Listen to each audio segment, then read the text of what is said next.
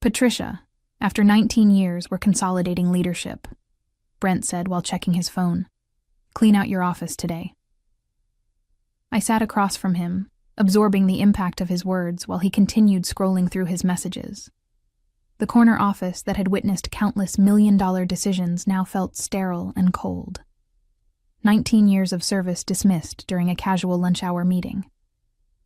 I understand, I replied, my voice steady despite the shock rippling through me.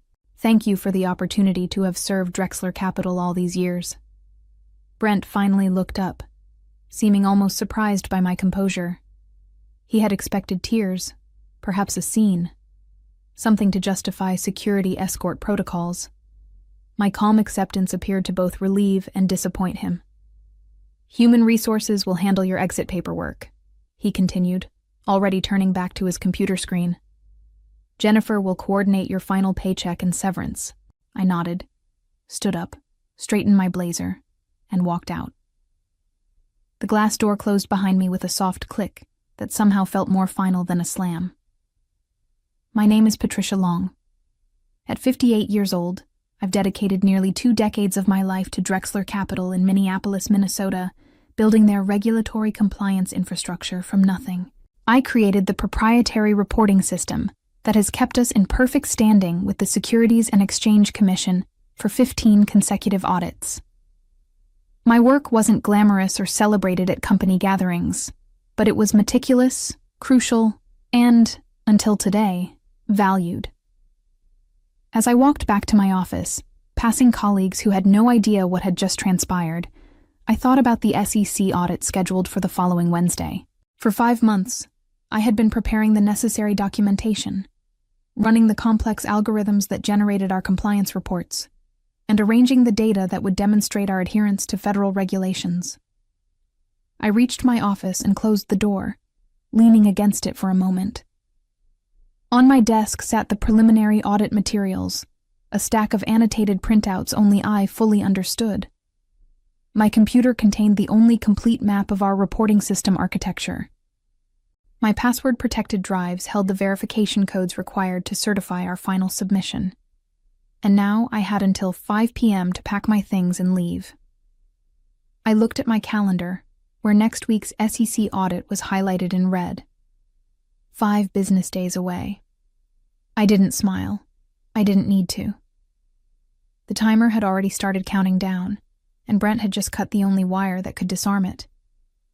I first joined Drexler Capital in 2004 when it was still a mid-sized investment firm with ambitious growth plans. I had spent the previous decade building regulatory systems for banks, and Drexler needed someone who could establish a robust compliance framework to support their expansion. We need someone who understands where the industry is going, Harold Drexler, the founder, had told me during my interview. Someone who can build us a system that will grow with us. Harold was a visionary who understood that proper compliance wasn't just a regulatory obligation, but a competitive advantage. Under his leadership, I designed a proprietary reporting system that anticipated regulatory changes years before they were implemented. When the 2008 financial crisis hit and new regulations poured forth, Drexler Capital was prepared while competitors scrambled. "That's why I hired you, Patricia," Harold had said, clapping me on the shoulder after we sailed through our first post-crisis audit. "Because you see around corners." For years, I had worked 60-hour weeks, continuously updating and refining the system. I trained staff, documented processes, and personally handled the critical verification steps that required my specialized credentials. When Harold retired 5 years ago, passing leadership to his son-in-law Brent Covington, I had hoped my contributions would continue to be recognized.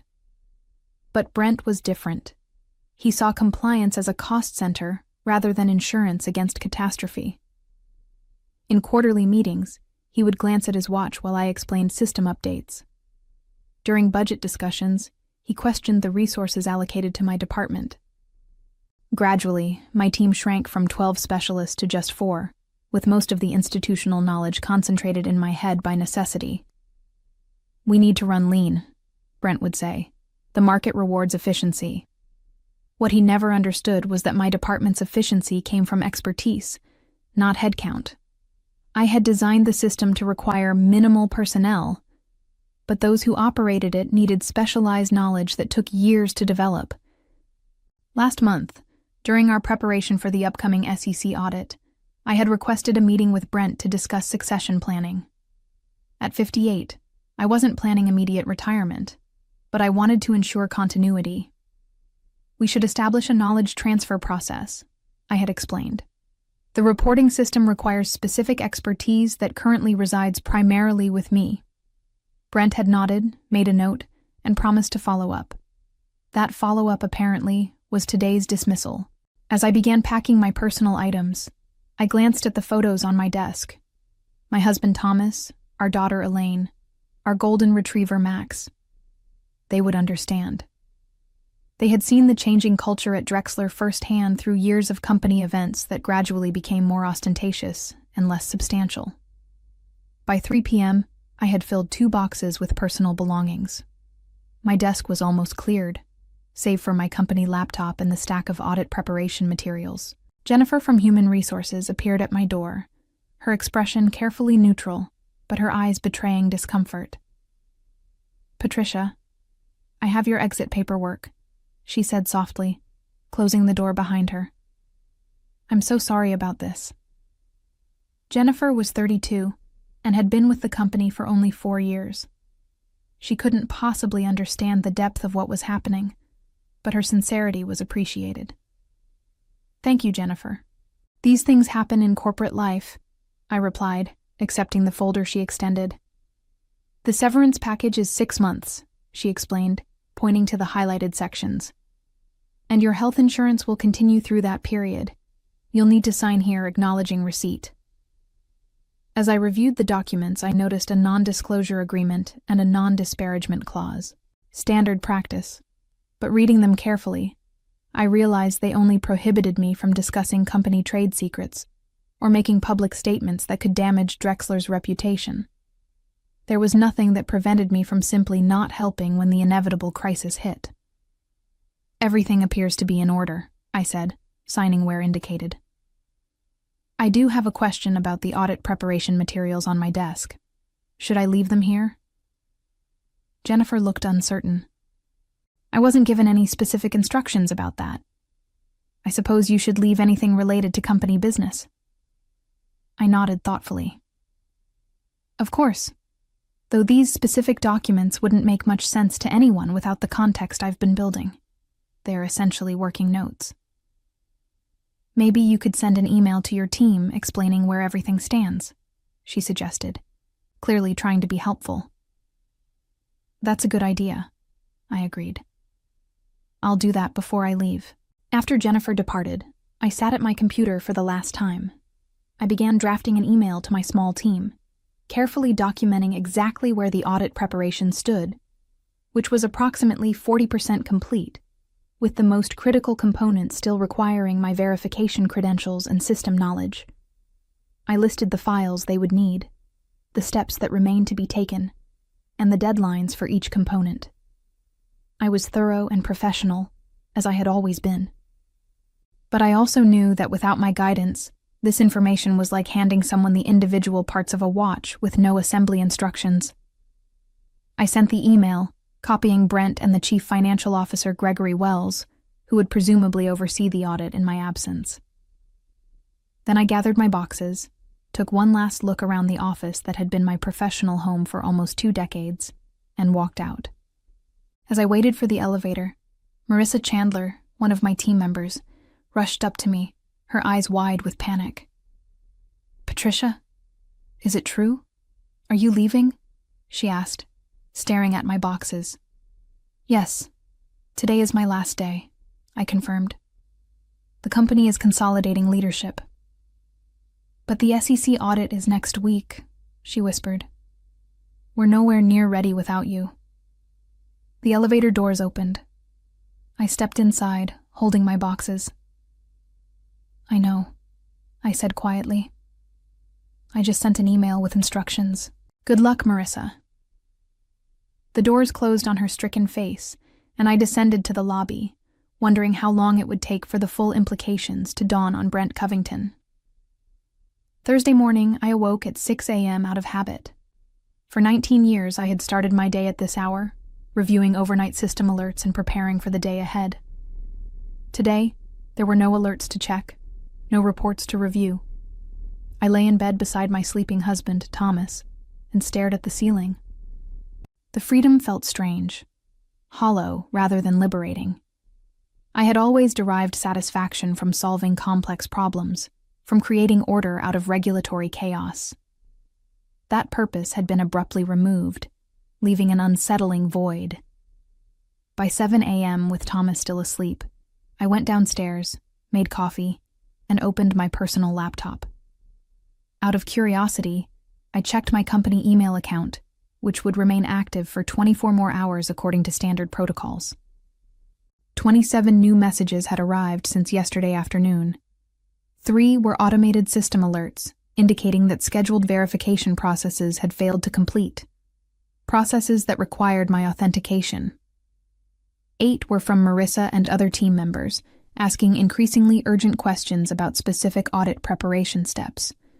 The rest were from various executives, gradually escalating the matter up the chain of command. The most recent email had arrived at 6:42 a.m. from Gregory Wells, the CFO. Patricia, I understand your departure was sudden, but we urgently need clarification on the audit preparation status. The instructions you provided are insufficient for completion. Please call me at your earliest convenience to discuss transitional support. I closed my email without responding. Thomas appeared in the kitchen doorway, his silver hair disheveled from sleep. Checking up on them already? He asked with a knowing smile. I closed my laptop. Just curious. Thomas poured himself coffee and sat across from me. A retired engineer, he understood complex systems and the problems that arose when they were mismanaged. How long do you think it will take them to realize they're in trouble? He asked. By tomorrow afternoon, they'll understand the magnitude of the problem, I replied. The system will lock them out of critical functions when verification windows expire. Gregory is smart enough to recognize the implications, even if Brent isn't. And what will you do when they call? I considered the question carefully. I'm not obligated to provide free consulting after being dismissed. If they want my help, they'll need to make it worth my while. Thomas nodded. 19 years of loyalty deserved better than a lunch-hour dismissal. By noon, my company phone began ringing. I recognized Gregory's number but let it go to voicemail. 3 more calls followed over the next 2 hours, along with text messages requesting urgent contact. At 4 p.m., I received a call from a number I didn't recognize. Curious, I answered. Patricia Long speaking. Ms. Long, this is Alan Westbrook from Kestrel Investment Group, said a composed male voice. I hope I'm not intruding, but I heard about your departure from Drexler Capital. I'd be interested in discussing potential opportunities with our firm if you're open to conversation. Kestrel was Drexler's main competitor in Minneapolis, a larger and more established firm with an impeccable reputation. I had crossed paths with Alan at industry events but never engaged in substantive conversation.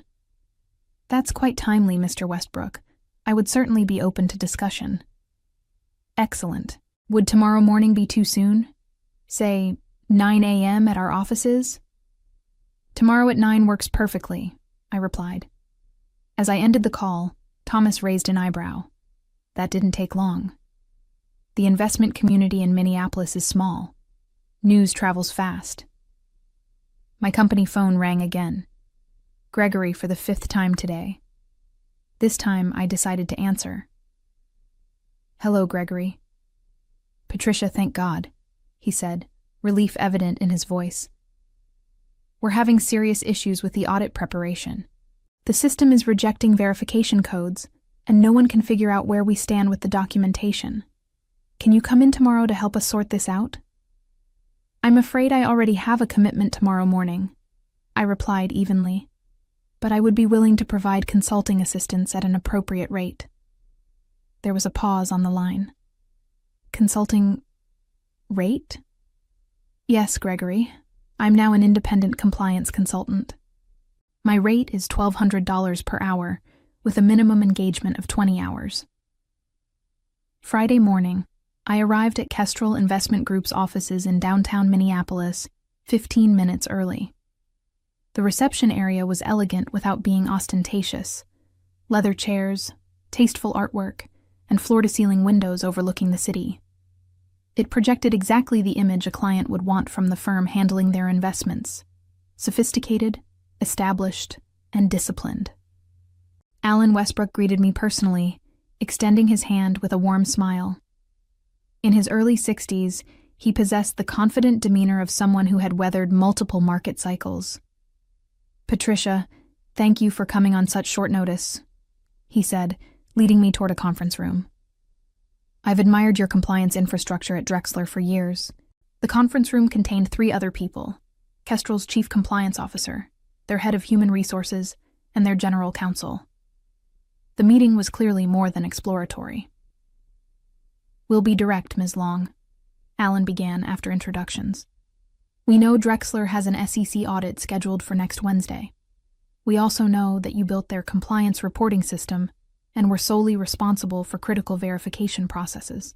Their dismissal of you 5 days before a major audit suggests either remarkable confidence or remarkable foolishness." I maintained my professional composure.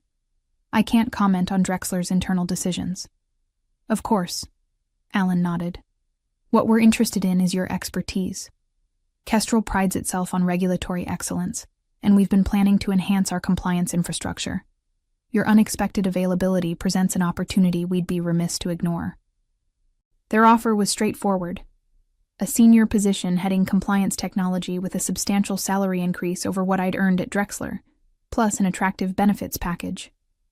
They wanted me to start immediately as a consultant, transitioning to full employment after 60 days. "We understand you may need time to consider," the HR director said, sliding a folder toward me with the formal offer. "But we're prepared to move quickly if you're interested." I reviewed the documents thoughtfully. The position was excellent, the compensation generous, and the organizational culture seemed to value compliance appropriately.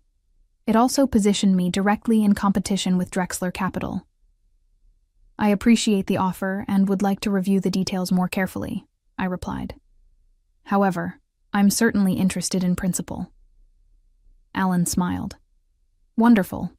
Take the weekend to consider. We'd love to have you join us." When I left Kestrel's offices, I checked my phone and found 7 missed calls from Drexler Capital. 3 from Gregory, 2 from Brent himself, and 2 from unknown extensions within the company. There was also an email from Brent with the subject line, "Urgent Consulting Arrangement." I read it while waiting for my car in the parking garage. "Patricia, I understand you've offered consulting services to assist with our upcoming audit. While the rate seems excessive, we recognize the time sensitivity and are prepared to engage your services immediately. Please call me to discuss details." Brent. Just as I finished reading, my phone rang again. Gregory. "Patricia, have you considered our request?" he asked when I answered, his voice tense. "I received Brent's email acknowledging my consulting offer," I replied calmly. "But I should inform you that I've just concluded a meeting with Kestrel Investment Group about a permanent position. They've made a very attractive offer." Gregory's sharp intake of breath was audible. "Patricia, please, we're in a critical situation. The system is generating error messages we don't understand. The audit team arrives in 5 days. I'm aware of the timeline, Gregory. Brent has authorized your consulting rate. Can you start today, right now?" I paused, allowing the moment to breathe. "I have another commitment this afternoon. I could potentially begin Monday morning at 8 a.m. "Monday morning," he repeated, clearly calculating the remaining workdays before the audit. "That leaves us just Monday and Tuesday to prepare." "Yes," I replied simply. "That's correct." By Monday morning, the panic at Drexler Capital had reached fever pitch. Over the weekend, I had received 17 more calls and 15 emails, escalating in urgency. I had responded only to confirm that I would arrive at 8 a.m. Monday as agreed, with a signed consulting contract in hand. Walking into the building felt surreal. The security guard, Roberto, greeted me with confusion. Ms. Long, I thought you left the company. I'm here as a consultant today, Roberto, I explained, showing him the visitor pass Gregory had arranged. Oh, I see. They've been in quite a state since Thursday. Mr. Wells was here until midnight Saturday. The elevator ride to the 14th floor was quiet. I had deliberately arrived carrying nothing but my purse and a thin portfolio containing the consulting agreement. I wore a new suit, charcoal gray with subtle pinstripes, purchased over the weekend specifically for this occasion and for my upcoming meeting with Kestrel on Wednesday. It was important to mark visually that I was no longer an employee but an outside professional. The office was unusually active for 8 a.m. As I walked through the floor toward the conference room where we'd agreed to meet, I saw stressed faces and heard urgent conversations. Marissa spotted me and hurried over. Patricia, thank God. It's a complete disaster. Nothing is working properly. Good morning, Marissa, I replied with professional distance. I understand there are issues with the audit preparation. Her eyes widened slightly at my tone, but before she could respond, Gregory appeared from the conference room. Patricia, thank you for coming. Everyone's waiting inside. The conference room contained Brent, Gregory, the entire compliance team, and 2 IT specialists I recognized. Brent's usual polish was noticeably diminished, his shirt slightly wrinkled, dark circles under his eyes. Let's get started, he said without preamble. We have a critical situation with the SEC audit tomorrow. Wednesday, I corrected calmly. The audit is scheduled for Wednesday at 9 a.m. Tomorrow is Tuesday, Gregory interjected. We essentially have today and tomorrow to prepare. I placed my portfolio on the table and removed the consulting agreement. Before we begin, I'll need this signed and the initial payment processed. 20 hours at $1,200 per hour, for a total of $24,000. Brent's jaw tightened, but he nodded to Gregory, who took the agreement. We'll process this immediately, Gregory assured me. In the meantime, can you help us understand what's happening with the system? I turned to the large monitor on the wall where they had displayed the reporting system dashboard. Red error messages populated nearly every module. What you're seeing is the system protecting itself, I explained. The compliance reporting framework operates on a principle of progressive verification. Each module requires authentication at critical points to ensure data integrity for SEC purposes. When those verifications aren't completed within scheduled windows, the system locks those modules to prevent potentially inaccurate reporting. And you're the only one with authentication credentials, Brent stated flatly. That's correct. As we discussed multiple times over the years, the system was designed with segregated authentication to prevent internal manipulation of compliance data. It's actually a selling point with regulators. It demonstrates our commitment to reporting integrity. The room fell silent as the implications sank in. Without my credentials and expertise, the system would remain locked, and the SEC would arrive to find Drexler Capital unable to produce required compliance documentation. What exactly would happen if we can't provide these reports to the SEC? Asked one of the junior team members. Gregory and Brent exchanged glances. At minimum, substantial fines, Gregory answered. At worst, trading restrictions while we're investigated for compliance failures. I smiled politely. Shall we begin? By Tuesday afternoon, it was clear that even with my assistance, Drexler Capital wouldn't be fully prepared for the audit. We had managed to unlock the system modules and verify about 60% of the required documentation, but critical components remained incomplete. This is normally a 5-week process, I explained to the increasingly tense room. We're attempting to compress it into 2 days. Brent paced behind the conference table, occasionally checking his phone. What are our options at this point? You could request a postponement from the SEC, I suggested. Cite the recent organizational changes as the reason. And telegraph to the regulators that we've disrupted our compliance function right before an audit. Gregory shook his head. That raises more red flags than it solves. Brent stopped pacing. Patricia, what would it take to complete everything by tomorrow morning? I considered the question honestly. Working through the night might get us to 80% completion, but the risk management attestations require board member signatures, and 3 modules need full verification cycles that take at least 12 hours to process properly. So it's impossible, Gregory concluded. Not impossible, I corrected, but beyond the scope of our current consulting agreement, which ends at 5 p.m. today. Brent's expression darkened. You're saying you'll leave at 5 p.m. regardless of our status? I have a prior commitment tomorrow morning, I replied calmly. A final interview with Kestrel Investment Group. The room fell silent again. Everyone present understood what that meant. I was not only leaving them unprepared for their audit, but joining their primary competitor. How much? Brent finally asked. To stay until it's done. Name your price. I closed my laptop and gathered my notes methodically before responding. The remaining work would require approximately 30 additional hours of my time, at an emergency rate of $1,800 per hour, given the overnight requirement. That's $54,000, payable immediately. Brent didn't hesitate. Done, Gregory. Process the payment right away. I nodded, reopening my laptop. Then I suggest everyone get comfortable. It's going to be a very long night. Wednesday morning arrived with grim faces and empty coffee cups littering the conference room.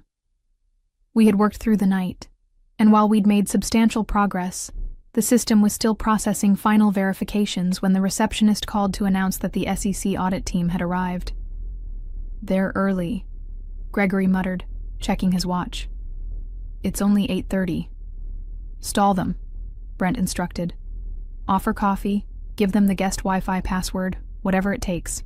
I watched the progress bar on the final verification module. 87% complete. At the current rate, we needed at least another 30 minutes. Should I go welcome them? I asked innocently. As the compliance consultant? Brent's gaze snapped to me. Absolutely not. I don't want them knowing we had to bring you back as a consultant. I nodded understandingly. In that case, you'll need to explain the incomplete modules yourself.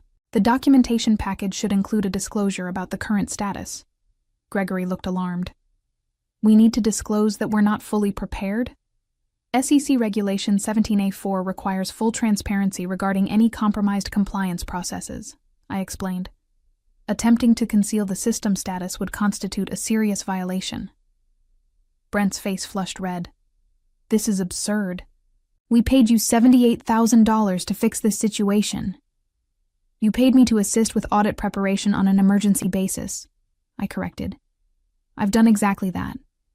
The fact that the system cannot be fully prepared in the time available is a consequence of decisions made before our consulting arrangement began. The verification progress bar reached 91% as voices became audible from the reception area. The SEC team was being escorted to the designated audit room. What do we do now? Gregory asked, desperation evident in his voice. I picked up my belongings and straightened my suit jacket. You tell them the truth. 3 weeks later, I sat in Alan Westbrook's office at Kestrel Investment Group, reviewing the implementation plan for their new compliance reporting infrastructure. My corner office overlooked the Minneapolis skyline, and a nameplate on my desk read, Patricia Long, Senior Vice President, Compliance Technology. Alan entered with a newspaper, smiling as he placed it on my desk. Have you seen today's business section? The headline read, Drexler Capital faces regulatory sanctions following failed SEC audit.